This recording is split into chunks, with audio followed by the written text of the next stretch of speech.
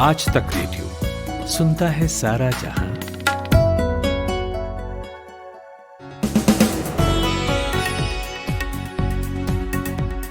Good evening, मेरा नाम नितिन ठाकुर है। दिन ढल गया है और रोज की तरह हम लेकर हाजिर हैं दिन भर।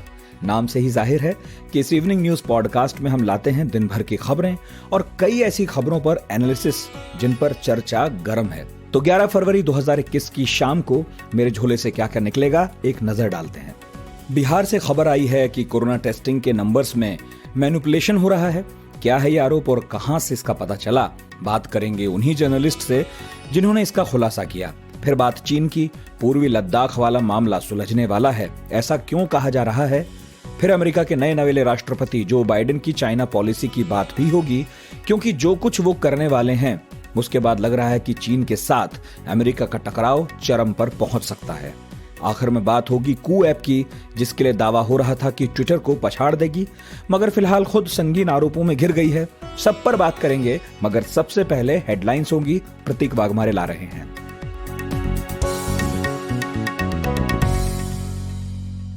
इंडिया टुडे ईस्ट कॉन्क्लेव 2021 में आज पश्चिम बंगाल की मुख्यमंत्री ममता बनर्जी ने शिरकत की। इस दौरान उन्होंने बीजेपी पर आरोप लगाया और कहा कि बीजेपी सिर्फ गुंडागर्दी करती है, लोगों को बांटती है और सीबीआई इनकम टैक्स का डर दिखाती है। उत्तराखंड के चमोली में ग्लेशियर टूटने के 5वें दिन उत्तराखंड की राज्यपाल बेबी रानी मौर्य राहत और बचाव के काम का जायजा लेने पहुंची, लेकिन उन्हें टनल में फंसे लोगों के परिवार के आक्रोश का सामना करना पड़ा। पीड़ित परिवारों ने राज्यपाल से राहत बचाव कार्य में तेजी लाने की गुहार लगाई है। राज्यसभा में रक्षा मंत्री राजनाथ सिंह ने ऐलान किया कि पूर्व लद्दाख के पैंगोंग इलाके में चीन के साथ समझौता हुआ है और आपसी सहमति से दोनों सेनाएं पीछे हट रही है। पश्चिम बंगाल के चुनावी मैदान में केंद्रीय गृह मंत्री अमित शाह ने कूच बिहार में रैली को संबोधित करते हुए कहा कि बीजेपी की सरकार बनते ही एक हफ्ते में बंगाल में आयुष्मान भारत योजना को लागू किया जाएगा। कांग्रेस महासचिव प्रियंका गांधी आज उत्तर प्रदेश के प्रयागराज पहुंची, जहां उन्होंने संगम में डुबकी लगाई। अगले साल होने वाले यूपी के विधानसभा चुनाव से पहले प्रियंका गांधी की सूबे में मौजूदगी लगातार बढ़ रही है। देसी ट्विटर कू ऐप फिलहाल काफी चर्चा में है। केंद्रीय कानून मंत्री रविशंकर प्रसाद समेत कई बड़े नेता इसका हिस्सा बन चुके हैं। इस बीच एक फ्रेंच सिक्योरिटी रिसर्चर के हवाले से ये जानकारी मिली है कि कू ऐप सेफ नहीं है और इससे यूजर्स के पर्सनल डेटा लीक हो रहे हैं। अमेरिकी राष्ट्रपति जो बाइडेन ने चीन की चुनौतियों से निपटने के लिए स्पेशल टास्क फोर्स की घोषणा की है। इसके साथ ही बीजिंग की हर चाल को नाकाम करने के लिए सैन्य रणनीति की समीक्षा करने के लिए कहा है। और भारत के पूर्व कप्तान अनिल कुंबले ने टीम इंडिया के अपने पूर्व साथी वसीम जाफर का समर्थन किया। जाफर पर उत्तराखंड क्रिकेट संघ ने आरोप लगाया है कि राज्य की टीम के कोच के रूप में उन्होंने धर्म आधारित चयन करने का प्रयास किया।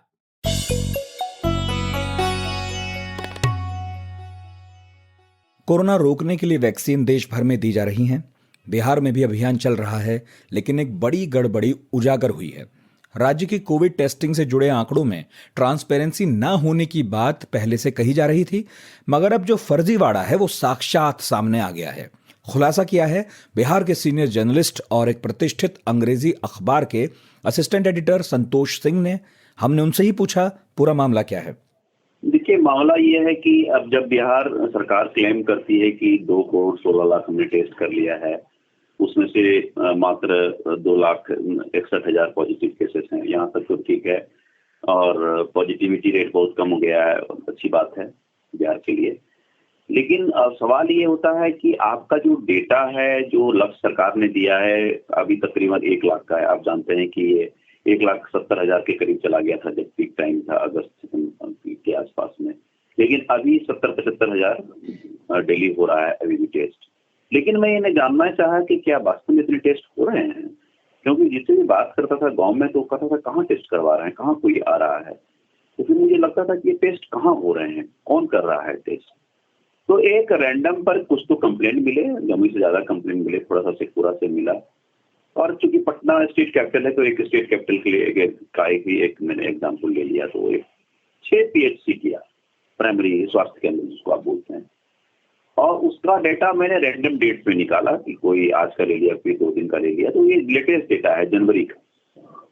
तो उस डेटा में जब ऐसे देखने में आपको लगेगा कि नहीं, डेटा में कोई दिक्कत नहीं है, ठीक है, मोबाइल नंबर भी है, ये है। लेकिन जैसे आप क्लोज स्क्रूटनी करने लगेंगे तो आपको तुरंत लगेगा अरे ये मोबाइल नंबर तो देखा हुआ है। तो इस तरह की कैटेगरी मिलने लगी कि एक एक मोबाइल नंबर 25 आदमी के अगेंस्ट में यूज है, कोई 15 है, कोई 16 है, कुछ मोबाइल नंबर एग्जिस्ट नहीं करता है, कुछ जमुई का केस है तो मोबाइल नंबर बांका का है, मुंगेर का है, झारखंड का है, उत्तर प्रदेश का है, तो वहां दिमाग ठनका। तब मैंने क्या किया कि जमुई के टोटल जितने मेरे पास लिस्ट थे 588 सबको कॉल किया। 588 तो कॉल नहीं करना पड़ा क्योंकि एक नंबर पर 26 है तो उतने नंबर, मैंने 588 एंट्रीज को मैंने चेक किया, उसको ट्रेस किया। तो ट्रेस करने के बाद ये 4-5 प्रकार निकले कि हो सकता है, जैसे कि मल्टीपल मोबाइल नंबर एक आदमी का वो एक एंट्री के अगेंस्ट में इस्तेमाल करना। मेरा मोबाइल नंबर मान लिया 25 दे दिया। कुछ है कि आपका नाम और मोबाइल नंबर भी सही है लेकिन आपका टेस्ट नहीं हुआ है। कुछ में है कि आपके अगेंस्ट मोबाइल नंबर है वो एग्जिस्ट नहीं करता है। कुछ में क्या किया कि खाली 10 जीरो भर दिया, क्योंकि कंप्यूटर के रिकॉर्ड के लिए 10 जीरो एंट्री करने की जरूरत थी, तभी आपका सॉफ्टवेयर में डेटा एक्सेप्ट करता है। और एंटीजन में उसमें भयंकर धांधली होती है। इवन आरटीपीसीआर के साथ इन्होंने किया है कि आरटीपीसीआर हो नहीं रहा है और लेकिन वो करवा करके उनको चूंकि सैंपल भेजना है तो कुछ झूठ फूस करके उसको बंद करके भेज रहे हैं। तो एक तो उनको लक्ष्य जो इनको मीट करना है उसका प्रेशर है, थोड़ा सा पॉसिबिलिटी फाइनेंशियल फ्रॉड है, वो मैं कंक्लूसिवली नहीं कर सकता हूँ क्योंकि मेरे पास कोई रिटर्न उसका प्रूफ नहीं है, तो इसीलिए कहना इरिस्पॉन्सिबल होगा मेरे पोजीशन से। तो इसी तरह से इसमें मतलब डेटा का एक तरह से फ्रॉड है। मेरे अखबार में सही हेडलाइन दिया कि कोई डाटा इन्फेक्टेड है। संतोष जी, जैसा आपने बताया कि गड़बड़ी जो है सिर्फ 3 प्राइमरी हेल्थ सेंटर्स में 3 दिनों में जो 588 एंट्रीज हुई हैं उनको खंगालने पर सामने आई है, तो क्या ये महज टिप ऑफ द आइसबर्ग है और इसका स्केल कई गुना बड़ा हो सकता है? क्यों नहीं, मैंने शिकायतें ऐसी मधुबनी से भी सुनी है, कटिहार से भी सुनी है क्या कि आप हर जगह के डेटा लोग शेयर नहीं करते हैं, गवर्नमेंट में आसानी से मिलता नहीं है, आपको अपना सोर्स रखना पड़ता है। ये डेटा निकलवाने के लिए मुझे काफी लगभग 1 महीना लग गया। ये स्टोरी तो मेरे पास से दिसंबर से है मेरे पास, लेकिन मैं प्रूव नहीं कर पा रहा था।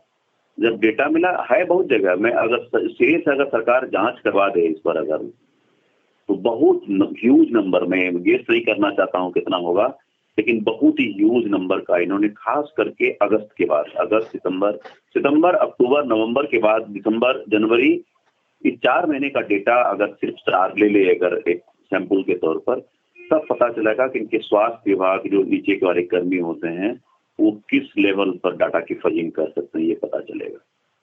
अच्छा, मीडिया में इस खबर के आने के बाद कोई असर हुआ है क्या? सरकार या प्रशासन से कोई रिएक्शन आया हो? प्रशासन की ओर से तो तुरंत रिएक्शन ये आया, पहले भी रिएक्शन लिया था। प्रधान सचिव ने आज सारे जो 3 डिस्ट्रिक्ट के सिविल सर्जन थे, पटना के, शेखपुरा और जमुई के, उनसे वीडियो कॉन्फ्रेंसिंग के थ्रू कॉल किया, उसको जांच करने के लिए कहा है कि जितने इस तरह की इंक्रीज एनोमली कैसे किस लेवल पर हुई उसकी पूरी जांच करके उसको रिपोर्ट दें। और मैं प्रतीक्षा कर रहा हूं कि मंगल पांडे भी कुछ बोले, अभी कुछ मीडिया हाउस के सामने बोल रहे थे, तब तक उन्होंने रिपोर्ट पढ़ी नहीं थी, बट होप कि वो पढ़ेंगे, स्वास्थ्य मंत्री हैं, पढ़ के उसको रिएक्ट करेंगे, जांच करेंगे। इसका एक असर जो मुझे लग रहा है, जो कि मुझको इशारा भी किया गया है, कि हो सकता है कि वैक्सीनेशन को आधार कार्ड से जोड़ा जाए तो सेलेक्टिवली। इसके प्रॉस एंड कॉन्स हैं, सबके पास नहीं भी होते हैं, तो उसके लिए हो सकता है कि कोई बैंक पासबुक वाला चलेगा या कुछ, they will try to find out कि भाई अगर एक्स नाम है तो एक्स तो जमुई में भी है, एक्स नाम का आदमी दूसरी जगह में भी है, ये कौन सा वाला एक्स है। तो आधार कार्ड एक माध्यम है जिसके थ्रू वेरीफाई आप ये कर सकते हैं, जो कि कोविड में भी प्रयास किया जाना चाहिए था। जितने लोगों के पास आधार है उतना कर देता, नहीं होता तो कुछ न कुछ तो आदमी के पास होता ही है, राशन कार्ड होता है, बैंक होता है, कुछ न कुछ तो होता है। तो अदरवाइज इस तरह की डाटा की फजिंग तो नहीं होती ना। देखिए, हालांकि इसका कोई ठोस सबूत तो अभी नहीं है, लेकिन क्या इस घपले में कोई फाइनेंशियल एंगल भी हो सकता है या सिर्फ डेटा से ही छेड़छाड़ है? देखिए, मुझको लगता है कि जुलाई तक जो हुआ, इवन मिड अगस्त तक अगर आप लीजिए, तब तक तो लगभग सब कुछ सही था, जरूरत भी थी। आपके अवस्था हॉस्पिटल्स में, डिस्ट्रिक्ट हॉस्पिटल में सेटअप सब ठीक ठाक हो रहा था। अब बाद में फिर कोविड का ग्राफ गिरता है, तो इसमें ये हो सकता है कि BMS-ICL से यहाँ से जाता है, सरकार की एजेंसी है, यहाँ से किट जाती है, उनको खरीदना तो नहीं पड़ता है, उनको सिर्फ अपना लक्ष्य बताते हैं, रिक्विजिशन बेचते हैं और उनको डिस्ट्रिक्ट के वेयर हाउस से उनको उतना मिल जाता है। हाँ, लेकिन आपने कहा कि कागज पर दिखा दिया आपने 100, लेकिन यूज किया आपने एक्चुअली 10, तो 90 तो आपने या खरीदा नहीं, या खरीद के डिस्ट्रॉय कर दिया, या खरीद के बेच दिया, बहुत कुछ हो सकता है, या आपका देने वाला और आप दोनों मिलकर कुछ किए होंगे, उसका थ्रो अवे प्राइस में आपने मार्केट में बेच दिया होगा, लेकिन आपने 100 दिखा दिया तो 100 बिक गया ना वो। तो ये अगर इसको सरकार ही एक संस्था है, अपने इंडिपेंडेंट एजेंसी इंटरनली वो जांच करवाए इसकी, तो उनको पता चलेगा कि इसमें ये हो सकता है। फाइनेंशियल फ्रॉड एकदम रूल आउट नहीं किया जा सकता है, लेकिन मैं मानता हूं कि ये सब कुछ मिला जुला है। इनको जो लक्ष्य मीट करने का जो रोक दिया जाता है ना कि इतना करना है रोज, तो उसका प्रेशर है। प्लस इनका एक तरह से कहिए कि लेथार्जी है और ये स्लैकनेस है कि वो फील्ड में नहीं जाते हैं, पीएससी में लोग नहीं आते हैं, और जो इनके पास जो एक डेटा का जो पूल है पड़ा हुआ उसका ये इस्तेमाल करते हैं। ये मान लीजिए कि आपने 10 दिन पहले किसी ने करवाया और उसका मोबाइल नंबर नेम है, तो क्या पता उसका उसी का नाम और यूज कर लिया मोबाइल नंबर, या मोबाइल नंबर में 2 डिजिट को इधर उधर फर्ज कर दिया। तो अब इनके पास इतना डेटा है कि ये तो इस तरह का जो फर्जी लक्ष्य तो साल भर पूरा कर सकते हैं ये। मेरे पास ना काम बहुत है और आंखें मेरी हमेशा ऑक्यूपाइड रहती हैं। ऑफिस में स्क्रीन देखो, ड्राइव करते हुए सड़क देखो, फिर घर आकर खाना बनाओ, पर कान मेरे फ्री रहते हैं। इन कान से भी मैं बहुत काम करती हूँ, मास्क टिकाती हूँ, चश्मा लगाती हूँ और सुनती हूँ आज तक रेडियो, क्योंकि पॉडकास्ट की बात ही अलग है। आप भी सुनकर देखो आज तक रेडियो, सुनता है सारा जहां। आने वाले महीनों में 5 राज्यों में विधानसभा चुनाव हैं। राज्य सारे अहम हैं, लेकिन बंगाल पर हर किसी की थोड़ी ज्यादा ही निगाहें हैं। ऐसे में आज इंडिया टुडे कॉन्क्लेव ईस्ट 2021 की शुरुआत हुई, बंगाल में हुई और सबने वहां पर अपनी नजरें बनाई हुई थीं। कार्यक्रम की शुरुआत पेपॉन की सुरीली आवाज से हुई और फिर नेताओं ने बात करना शुरू किया। वेस्ट बंगाल के राज्यपाल हैं जगदीप धनखड़। उन्होंने अपने संबोधन में ममता सरकार पर हमला किया, कहा कि राज्य में डर का माहौल है, इमरजेंसी की हालत है और ब्यूरोक्रेसी राजनीतिक कार्यकर्ता की तरह काम कर रही है। अब जगदीप धनखड़ ने अपनी बात कह दी, लेकिन शाम को जब ममता बनर्जी आईं तो उन्होंने कहा कि मैं गवर्नर की पोस्ट का सम्मान करती हूं, लेकिन अब जरा इस पोस्ट का डेफिनेशन बदल गया है और वो ये सब कुछ भाजपा के इशारे पर बोलते हैं, इसलिए मैं क्षमा करती हूं। मगर जब ममता से यह भी पूछा गया कि ये जो आने वाला इलेक्शन है ये आपके लिए अलग कैसे होगा, तो उन्होंने इसका एक दिलचस्प सा जवाब दिया, वो आपको सुनाते हैं। कोई अलग का कोई बात ही नहीं होता है। जिसके पास हिम्मत है लड़ने के लिए वो कभी डरता नहीं है। और हम तो एक स्ट्रीट फाइटर हूँ, वो हर रोज मेरे को स्ट्रीट में लड़ने पड़ता है। ये तो हमारा पास एक छोटा से बात जैसा होता है, just a routine matter, nothing else. तो स्ट्रीट फाइटर है Mamata Banerjee.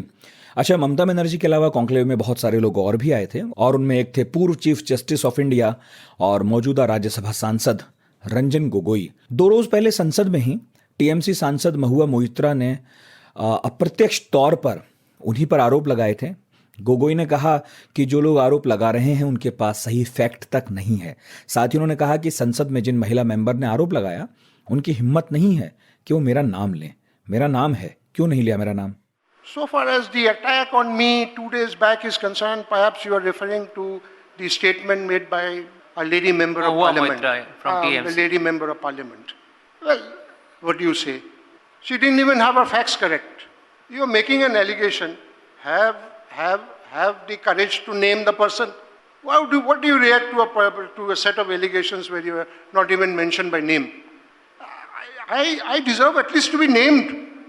I have a name. Why you have not named me? Right? Why you have left it to imagination? And let me tell you, let me not go into the details. You can do your own research on that, but those allegations are wrong on facts.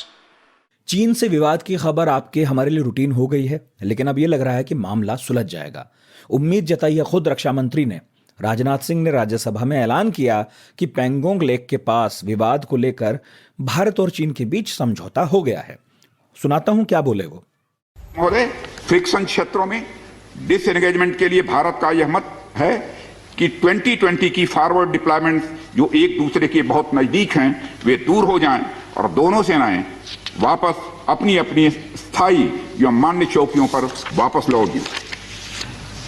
सभापति महोदय, बातचीत के लिए हमारी strategy तथा approach माननीय प्रधानमंत्री जी के इस दिशा निर्देश पर आधारित है कि हम अपनी 1 इंच जमीन भी किसी और को नहीं लेने देंगे। हमारे दृढ़ संकल्प का ही यह फल है कि हम समझौते की स्थिति पर पहुंच गए हैं। सभापति महोदय, मुझे सदन को यह बताते हुए खुशी हो रही है कि हमारे इस अप्रोच तथा सस्टेन्ड टॉक्स के फलस्वरूप चीन के साथ पैंगोंग लेक के नॉर्थ एवं साउथ बैंक पर डिसएंगेजमेंट का समझौता हो गया है। इसके अलावा राजनाथ सिंह ने बताया कि भारत 3 सिद्धांतों के आधार पर चीन से समझौता करना चाहता है। तो ये सिद्धांत क्या हैं? ये पूछा मैंने हमारे सहयोगी हिमांशु मिश्रा से। देखिए, रक्षा मंत्री राजनाथ सिंह ने आज चाइना पर स्टेटमेंट दिया और उन्होंने बताया कि चीन के साथ जो है डिसएंगेजमेंट एग्रीमेंट हो गया है भारत का, और अप्रैल 2020 से पहले जो स्थिति थी, दोनों देश उसी स्थिति में लौट रहे हैं और चीन अपनी सेना को पीछे कर रहा है, भारत भी अपनी सेना को जो है वो पीछे ला रहा है, और जो स्थिति 2020 अप्रैल की थी उस स्थिति में दोनों देश जाएंगे। थोड़ा सा टाइम लगेगा। इन 3 बिंदुओं को लेकर जो है रक्षा मंत्री ने साफ कर दिया कि हमने इन 3 बिंदुओं को चाइना के सामने रखा और उसके बाद जो है डिसएंगेजमेंट एग्रीमेंट हुआ। रक्षा मंत्री ने कहा कि पहली बात उन्होंने चाइना के सामने जब भी भारत की डिप्लोमेटिक स्तर पर या सैन्य स्तर पर जो बातचीत हुई है उसमें ये कहा कि LAC जो है उसको दोनों देशों को मानना होगा और यूनिलैटरल स्टेटस जो को है उसको बदलने की कोशिश दोनों देशों की तरफ से नहीं की जाएगी।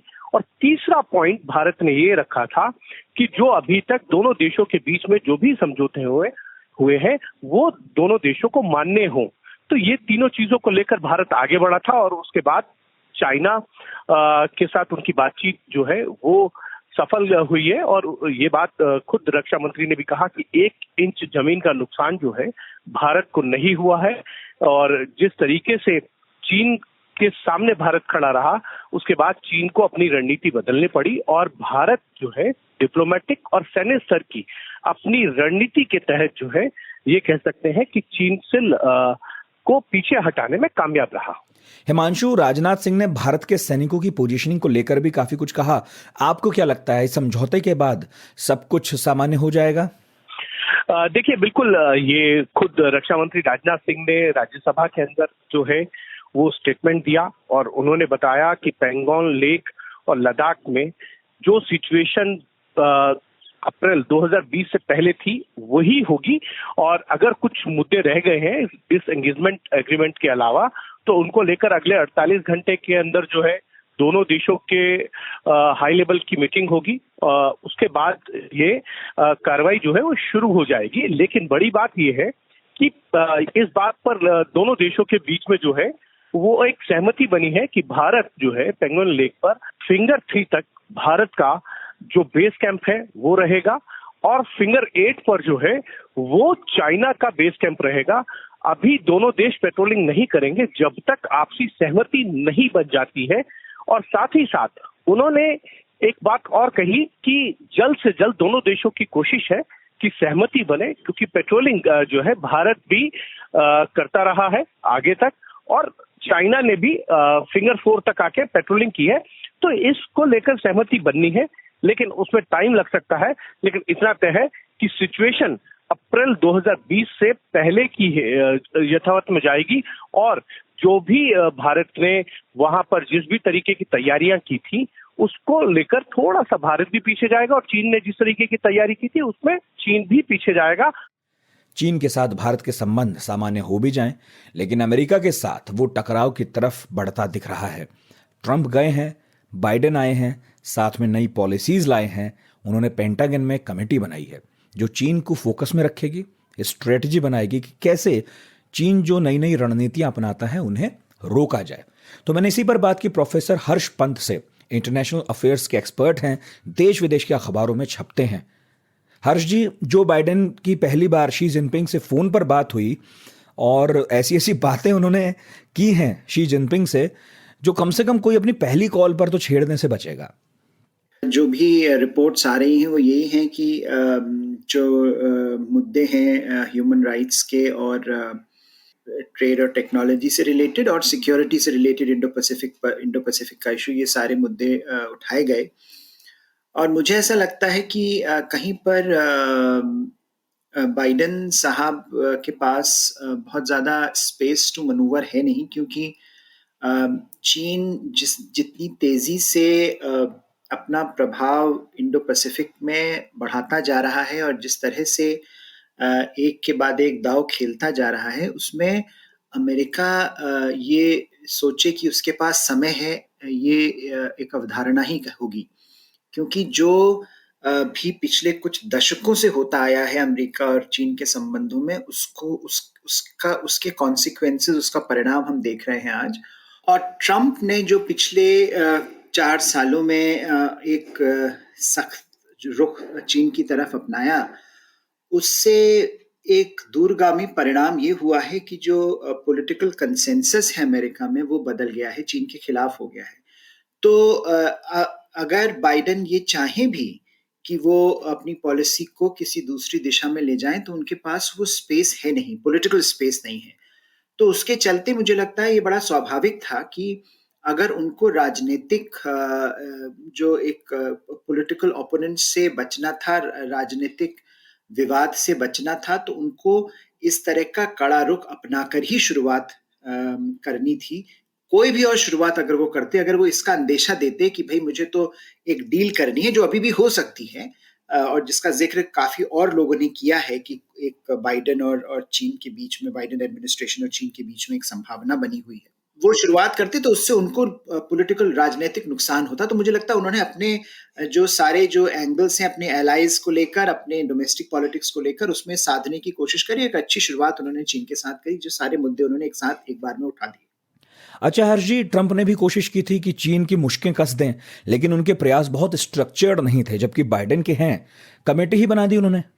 नहीं, देखिए, बाइडेन साहब कुछ करते ना करते टकराव की तरफ तो दुनिया बढ़ ही रही थी, क्योंकि चीन के जिस तरह से पॉस्चर है चीन का, डिप्लोमेटिक पॉस्चर और मिलिट्री पॉस्चर, उसमें कॉम्प्रोमाइज की संभावना बहुत कम है। और उसमें वो कोई भी देश हो, उसमें तनाव ही की संभावना ज्यादा बढ़ती है। ये चाहे आप जापान को ले लें, ऑस्ट्रेलिया को ले लें, भारत को ले लें, अमेरिका को ले लें। तो चीन आज अपने को ऐसे मुकाम पर समझ रहा है कि जहां पर वो टर्म्स ऑफ एंगेजमेंट डिक्टेट कर सकता है। तो मुझे लगता है अगर बाइडेन साहब कोई भी रुख अपनाते, ये इस तरह की तकरार और एक कॉन्फ्रंटेशन का जो रुख है, वो तो आगे आने ही वाला है और उसमें हम उससे बच नहीं सकते। लेकिन जो बाइडेन एडमिनिस्ट्रेशन जो कर रहे हैं, जो बाइडेन एडमिनिस्ट्रेशन ने जो शुरुआत करी है, वो ये कि एक उनको होलिस्टिक अप्रोच चीन के लिए चाहिए, और मुझे ऐसा लगता है कि उसकी तरफ कुछ कदम बढ़ रहे हैं। हालांकि ट्रंप साहब ने भी अपनी तरह से वो बहुत, जैसा आप कह रहे थे, वो बहुत स्ट्रक्चर्ड नहीं थे, लेकिन जो उन्होंने कोशिशें करी वो हर डोमेन में करी। उन्होंने चीन को सिक्योरिटी इश्यूज में भी चैलेंज किया, उन्होंने चीन को आर्थिक मुद्दों पर भी चैलेंज किया, उन्होंने डिप्लोमेटिकली चैलेंज किया। तो चैलेंज तो उनको मिल रहा था हर तरफ से, तो लेकिन स्ट्रक्चर नहीं था। ये बिल्कुल सही बात है, क्योंकि वो स्ट्रक्चर्ड प्रोसेसेस में विश्वास नहीं करते थे। बाइडेन एडमिनिस्ट्रेशन का एक स्ट्रक्चर अप्रोच है, शुरुआत है, और अभी भी देखने ये जो स्ट्रक्चर्स उन्होंने क्रिएट किए हैं, टास्क फोर्स क्रिएट करी है, ये कहाँ तक जाएगी, क्या करेगी, क्या उसकी रिकमेंडेशंस होंगी और इनको कैसे ऑपरेशनलाइज किया जाएगा, इसमें बहुत कुछ होना बाकी है। लेकिन जो कॉन्फ्रंटेशन है, जो फंडामेंटल इश्यूज पर डिफरेंसेस हैं, वो अमेरिका और चीन के बीच में आज इतने जटिल हैं कि वो कोई इजी रेजोल्यूशन हो जाए, ऐसी संभावना बहुत कम है।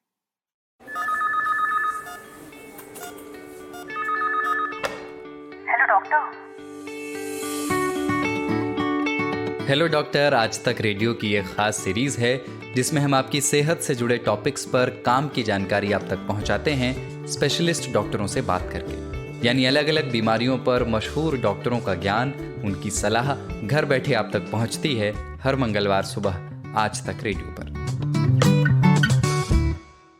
देश में हो रहे किसान आंदोलन के बीच सरकार और ट्विटर आमने सामने हैं। इस दौरान कुछ सरकार समर्थकों ने बॉयकॉट ट्विटर भी ट्रेंड कराया।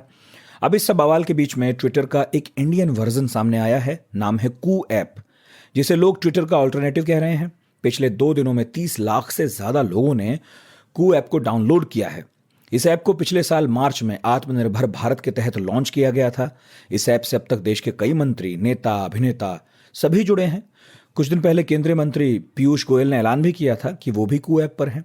इसके अलावा मध्य प्रदेश के सीएम शिवराज सिंह चौहान, बीजेपी के प्रवक्ता संबित पात्रा, इस तरह के कई बड़े नाम हैं जो अब इस ऐप पर हैं। लेकिन इसकी बढ़ती हुई लोकप्रियता के बीच एक फ्रेंच हैकर ने दावा किया है कि कू ऐप पर डेटा सुरक्षित नहीं है। उन्होंने अपने ट्वीट्स में दावा किया कि यूजर्स की पर्सनल इंफॉर्मेशन को लीक किया जा रहा है। तो इस पर और ज्यादा जानकारी के लिए हमने बात की आज तक रेडियो के टेक जर्नलिस्ट मुंजिर अहमद से। कू ऐप जो पिछले कुछ दिनों से काफी चर्चा में है, एक्चुअली ऐसा है कि जो इसकी सिक्योरिटी टेस्टिंग होनी है वो अभी भी बाकी है। तो ट्विटर पर एक फ्रेंच हैकर काफी एक्टिव रहते हैं, उनका सूडोनेम है एलियट एल्डरसन। उन्होंने एक ट्वीट किया है जिसमें उन्होंने कहा है कि आधे घंटे तक इसमें उन्होंने रिसर्च किया, उसके बाद ये पता लगाया कि ये जो ऐप है, कू सोशल मीडिया ऐप है, ट्विटर की तरह होने का जो दावा कर रहा है, वो उसने काफी यूजर का डेटा लीक किया है, जिसमें email, date of birth, name, marital status, gender वगैरह हैं। तो इससे पहले तक कू ज्यादा पॉपुलर नहीं था, हालांकि इतना भी नया ऐप नहीं है। पिछले साल कुछ समय के लिए इसको बूम मिला था, उसके बाद फिर से ये नॉर्मल हो गया। लेकिन अभी ट्विटर को लेकर के जो भारत सरकार के साथ विवाद चल रहा है, उसके बाद ये ऐप काफी लोग इसे यूज कर रहे हैं। तो अब जो है ना, इसकी सिक्योरिटी टेस्टिंग होनी शुरू हुई है। तो ये तो महज छोटी सी बात है डेटा लीक वाली। अब पब्लिक डोमेन में ये ऐप आ चुका है और ज्यादातर लोग यूज कर रहे हैं। तो धीरे धीरे आने वाले समय में अब आप और भी ये देखेंगे कि सिक्योरिटी टेस्टिंग करने वाले लोग हैं, इसके बारे में और भी डिटेल लेकर के आ रहे हैं। तो अब डेटा चूंकि लीक हो रहा है, उन्होंने स्क्रीनशॉट भी शेयर किया है और इसे हमने वेरीफाई भी किया है। तो कुछ हद तक ये सही है। इनफैक्ट डेटा लीक हुआ है। अब इसके बाद कंपनी इसे लेकर क्या करती है, सिक्योरिटी बढ़ाने के लिए क्या करती है, इसके बारे में कुछ जानकारी नहीं है। और दूसरी चीज ये है कि डोमेन की जो जानकारी उन्होंने शेयर की है एलियट एल्डरसन नाम के उस शख्स ने, तो उन्होंने ये भी दिखाया है कि जो रजिस्ट्रेशन है इस डोमेन का, वो जिन्होंने किया है वो चाइना के हैं। वो डिटेल, आईपी एड्रेस वगैरह ये कोई भी कर सकता है। ये छोटी सी चीज है, एक पोर्टल है जिस पर जाकर के ये जानकारी फेच की जा सकती है। तो बेसिकली यही है कि इस ऐप ने यूजर्स का डेटा लीक किया है और कुछ फेक अकाउंट्स भी चल रहे थे कू ऐप के ट्विटर से, जिन्हें अब कंपनी ने शायद डिसेबल करवा दिया है। मुंजिर, आपने इस ऐप के चाइनीज कनेक्शन के बारे में भी बताया और सोशल मीडिया पर भी कुछ स्क्रीनशॉट्स इस बारे में वायरल हो रहे हैं। दावा यह है कि इस कंपनी में एक चाइनीज कंपनी की हिस्सेदारी है।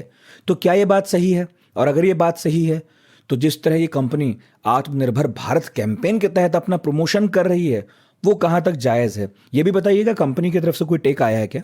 दरअसल ये जो ऐप है, कई सारे ऐप है, इनफैक्ट कू ही नहीं, 50% आत्मनिर्भर भारत के तहत आने वाले जो एप्स हैं जो हमने देखा है, उसमें कुछ ना कुछ चाइनीज कनेक्शन मिला ही हुआ था। आप पेटीएम को ही ले लें तो पेटीएम में बहुत बड़ा इन्वेस्टमेंट अलीबाबा के एंड का है।